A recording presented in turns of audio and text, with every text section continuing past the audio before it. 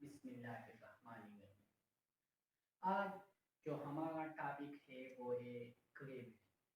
آج ہمارا topic gravity کے حوالے سے ہے۔ اسٹوڈنٹ، آپ نے کبھی یہ سوچا ہے کہ یہ ہر چیز زمین کی طرف کیوں آتی ہے، یہ اوپر کی طرف کیوں جاتا نہیں ہے؟ کبھی آپ لوگوں نے یہ سوچا ہے کیا زمین میں کوئی ایسی طاقت ہے کہ وہ ہر چیز کو اپنی طرف کھینچتا ہے؟ تو ہاں، اس سوچ کو لے کر نیوٹن ایک سائنسدان تھا، وہ ایک دفعہ کسی پیڑ کے کسی پیڑ کے نیچے بیٹھا ہوا تھا، ایک سیب جو ہے اس کے اوپر گرا، تو اس نے یہ سوچا کہ سیب کیوں نیچے کی طرف آیا، اوپر کی طرف کیوں نہیں گیا؟ تو اس نے یہ ایک لا پیش کر لی جس کو لا آف یونیورسل گریویٹیشن کہا جاتا ہے، اس کو لا آف یونیورسل گریویٹیشن کہا جاتا ہے۔ کیا؟ Law of universal gravitation.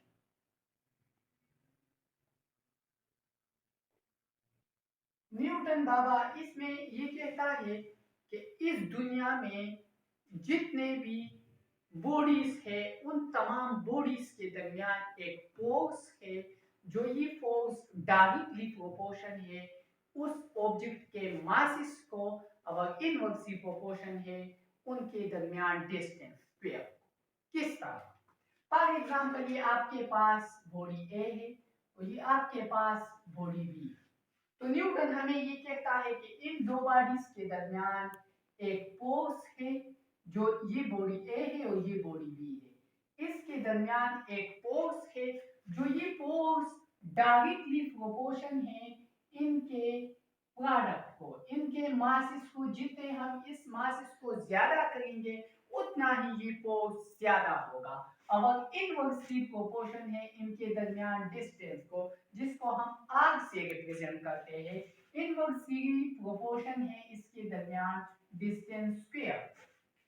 جتنا ان کے درمیان فاصلہ پیدا ہوگا، زیادہ ہوگا فاصلہ، اتنا ہی یہ فورس کم ہوگا۔ اب آپ کے ذہن میں یہ کوشچن پیدا ہوگا کہ یہ فار ایگزامپل یہ دونوں ماسز ہے تو یہ ایک دوسرے کو اٹریکٹ کیوں نہیں کرتا؟ تو یہ ذہن میں رکھیے کہ نیوٹن نے تو ہمیں یہ کہہ دیا کہ ان دو آبجیکٹس کے درمیان جو فورس ہے، جو یہ ڈائریکٹلی پروپورشن ہے ان کے ماسز کو، جتنا اس کا ماس زیادہ ہوگا اتنا ہی اس کے درمیان فورس بھی زیادہ ہوگا۔ اب دیکھیں ہمارے ارد کے بہت زیادہ آبجیکٹس ہیں، اگر میں دیکھوں تو اس مارکر اور میرے درمیان فورس ہے، تو اب کوشچن یہی پیدا ہوتا ہے کہ یہ میری باڈی اس کو اٹریکٹ کیوں نہیں کرتی، یا میرے ارد گرد دیوار ہے، الماری ہے، تو یہ مجھے کیوں اٹریکٹ نہیں کرتا، یا میری جو باڈی ہے یہ اس الماری کو یا دوسرے آبجیکٹ کو کیوں اپنی طرف اٹریکٹ نہیں کر سکتا؟ تو اس کا آنسر یہی ہے کہ اب یہاں پر جس آبجیکٹ کا ماس زیادہ ہوگا وہی آبجیکٹ دوسرے آبجیکٹ کو اپنے اوپر اٹریکٹ کرے گا۔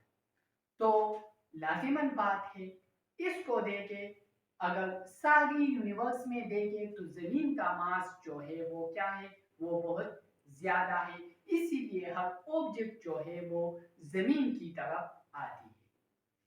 اس طرح اگر آپ دیکھیں ان کی بنسبت، فار ایگزامپل یہ آپ کے پاس زمین کیا ہے، زمین ہے، اور ادھر سن ہے، لیکن سن کا جو ماس ہے وہ زمین سے بہت زیادہ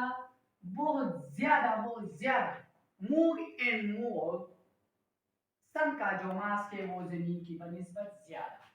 تو اب جو آبجیکٹ یہاں پر آئے گا تو یہ سن جو ہے اس آبجیکٹ کو اپنی طرف اٹریکٹ کرے گا، کیوں؟ سن کا ماس زمین کی بنسبت زیادہ ہے۔ اچھا، یونیورسل گریویٹیشن کی طرف آتے ہیں، اس دونوں ایکویشن کو، اس کو ایکویشن 1 کا نام اور اس کو ایکویشن 2 کا نام دیں گے۔ اس کو اگر ہم کمبائن کریں تو ہم اس کو اس طرح لکھ سکتے ہیں m1 m2 divide by r square.